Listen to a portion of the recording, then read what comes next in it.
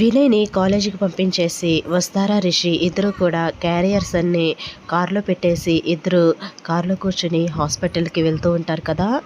మధ్యలో ఒక చోట వసు రిషిని కార్ ఆఫ్ చేయండి సార్ అని అంటుంది. ఎందుకు వసు అని అంటాడు రిషి. సార్ ఆఫ్ చేయమంటున్నాను కదా సార్, ఆఫ్ చేయండి అని అంటుంది వసు.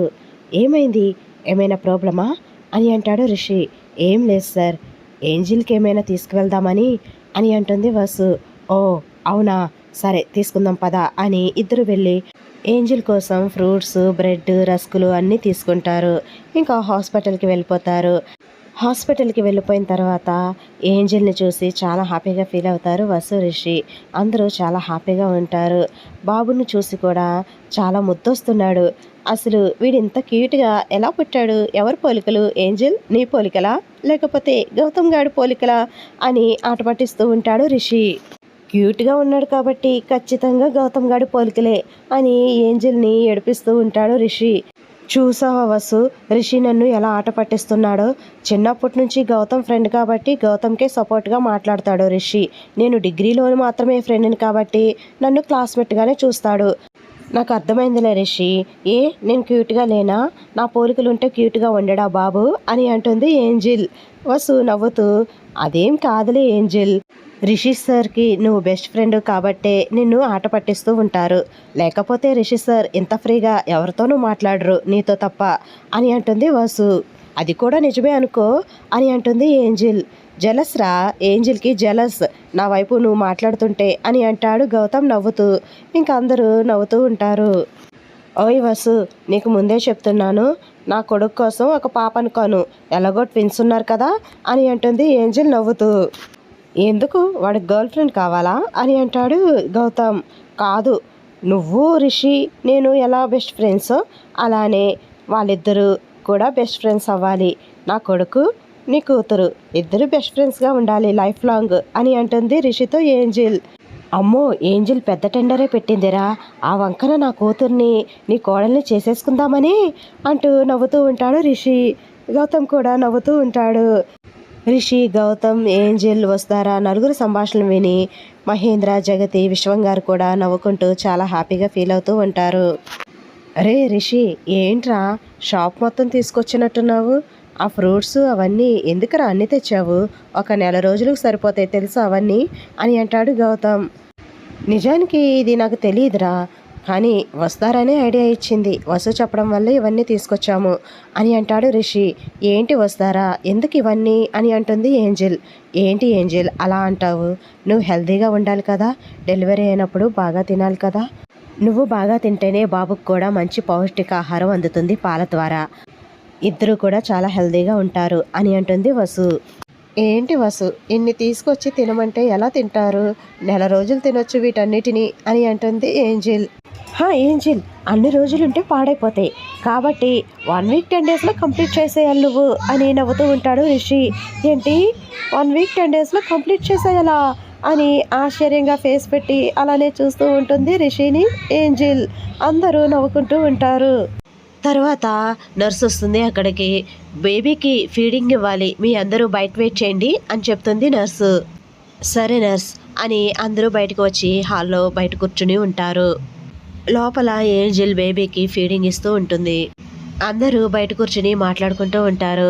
రిషి గౌతమ్ పక్కనే కూర్చుని ఇంకేంట్రా విశేషాలు, ఏం పార్టీ ఇస్తున్నావు అని సరదాగా మాట్లాడుతూ ఉంటాడు.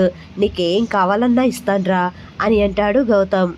పక్క రూమ్ దగ్గర ఇంకొక పేషెంట్ తాలూకా మనుషులు బయట ఏడుస్తూ ఉంటారు. అందరూ ఏం జరిగిందో తెలియక, వాళ్ళు ఎందుకు ఏడుస్తున్నారో తెలియక చాలా బాధపడుతూ ఉంటారు. అయ్యో దేవుడా, మాకెందుకు ఇంత పరీక్ష పెట్టావు, తల్లి బిడ్డ ఇద్దరిలో ఒకరినైనా ఉంచొచ్చు కదా, ఎందుకు ఇలాంటి శిక్ష వేశావు అని చాలా ఘోరంగా ఏడుస్తూ ఉంటారు. ఏం చేయాలో అర్థం కాదు వాళ్ళందరికీ. అనుపమ, జగతి, మహేంద్ర, విశ్వం గారు, గౌతమ్, రిషి, వసు అందరూ కలిసి వాళ్ళ దగ్గరికి వెళ్ళి ఏం జరిగిందండి, ఏమైంది, ఎందుకు ఏడుస్తున్నారు అని అడుగుతారు. ఆ విధి మమ్మల్ని కాటేసింది, ఆ దేవుడు మా పైన ఎందుకు కక్ష కట్టాడు, ఎందుకు ఇలా చేశాడు అని ఏడుస్తూ ఉంటారు.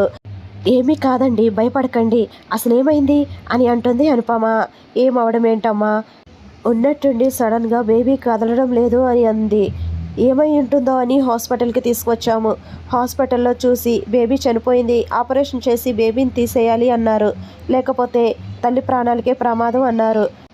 బిడ్డ పోతే పోయిందిలే, తల్లి బ్రతుకుతుంది కదా, తల్లి ప్రాణాలకి ప్రమాదం ఏమీ లేకుండా ఆపరేషన్ చేస్తామంటే ఎందుకు వద్దంటాము.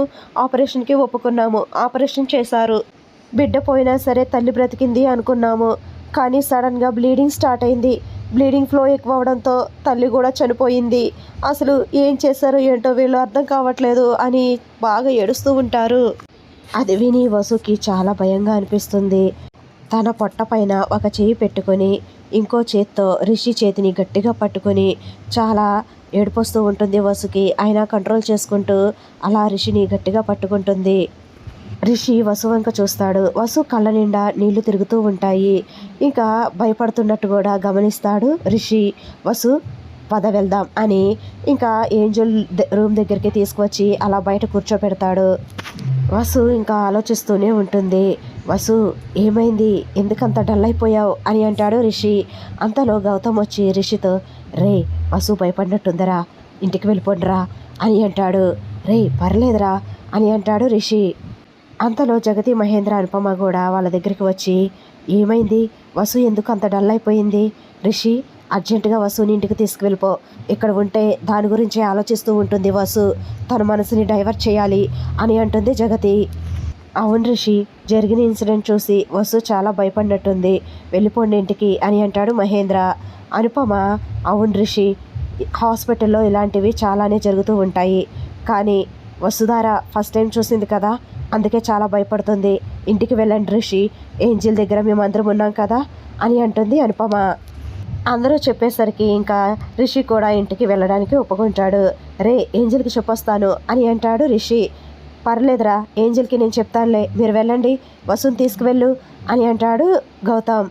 ఇంకా వసుని పట్టుకుని నడిపిస్తూ తీసుకువెళ్తూ ఉంటాడు. వసు అసలు రిషితో ఏమీ మాట్లాడదు. అలా షాక్లోనే ఉండి అలా ఏదో ఆలోచిస్తూ అలా నడుస్తూనే ఉంటుంది. కళ్ళ నిండా నీళ్లతో అలా కారులో కూర్చుంటుంది. రిషికి ఏం మాట్లాడించినా వసు మాట్లాడదు. అలా వింటూనే ఉంటుంది కానీ సమాధానం చెప్పలేకపోతూ ఉంటుంది. ఇంటికి వచ్చేసిన తర్వాత వసుని సోఫాలో కూర్చోబెట్టి ఏమైంది వసు, అసలు ఎందుకు మాట్లాడట్లేదు, ఎందుకు అలా అయిపోయావు, ఉండి వాటర్ తీసుకొస్తాను అని వాటర్ తీసుకొచ్చి వాటర్ పట్టిస్తాడు రిషి వసుకి.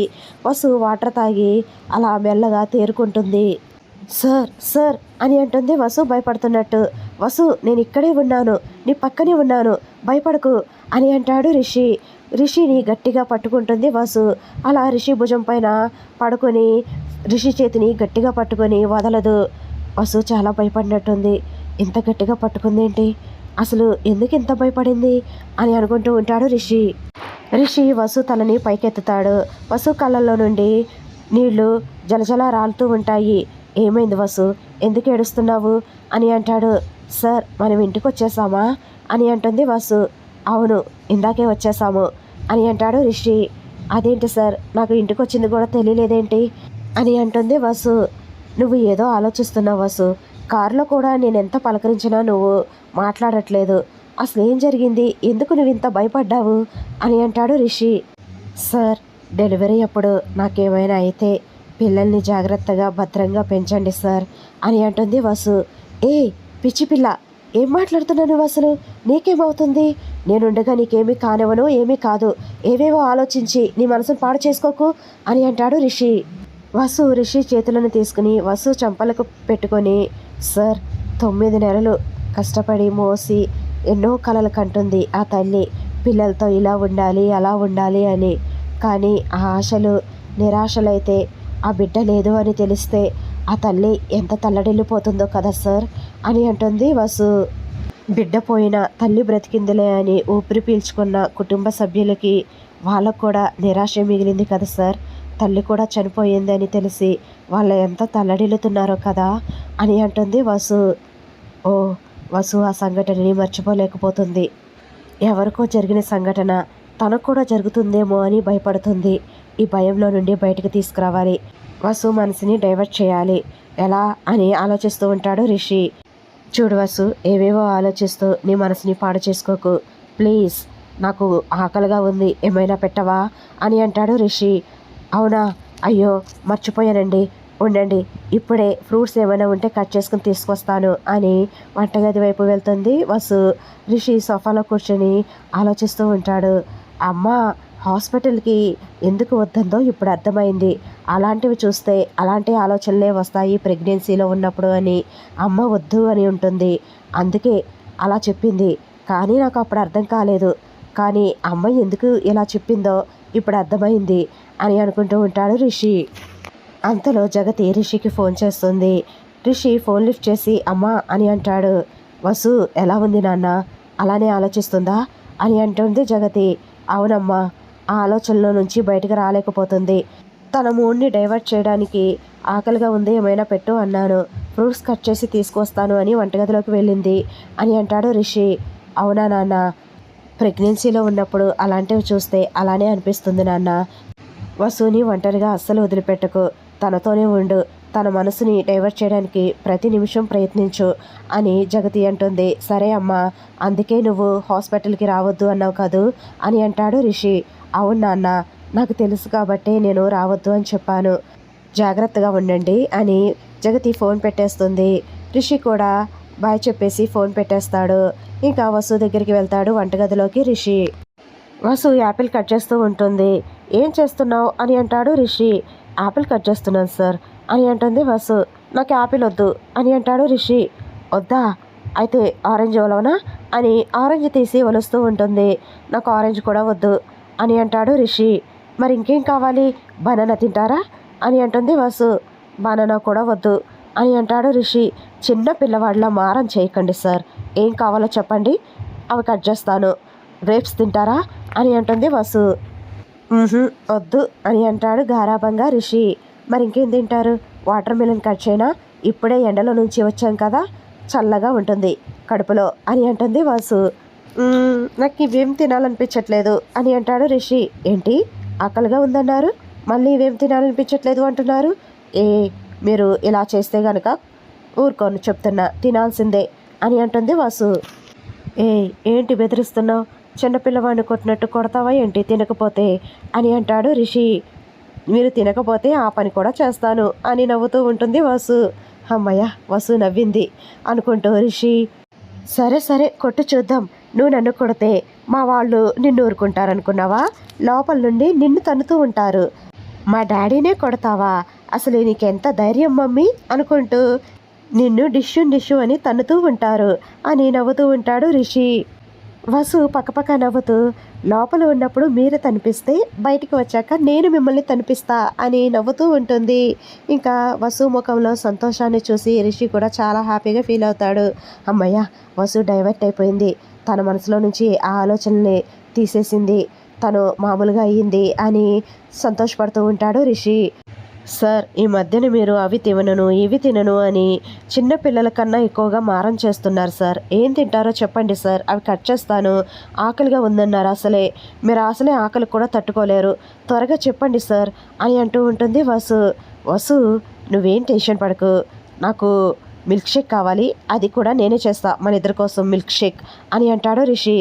సరే సార్ అని వసు నవ్వుతూ ఉంటుంది. అలా ఇద్దరు ఫ్రూట్స్ కట్ చేసుకుని మిల్క్ షేక్ చేసుకుని హాల్లో కూర్చుని కబుర్లు చెప్పుకుంటూ మిల్క్ షేక్ తాగుతూ ఉంటారు. అలా తన కబుర్లతో వసు మనసుని డైవర్ట్ చేసేస్తాడు రిషి. వీడియో నచ్చితే సబ్స్క్రైబ్ చేసుకుని లైక్ ఇవ్వండి friends. Thanks for watching. Bye bye.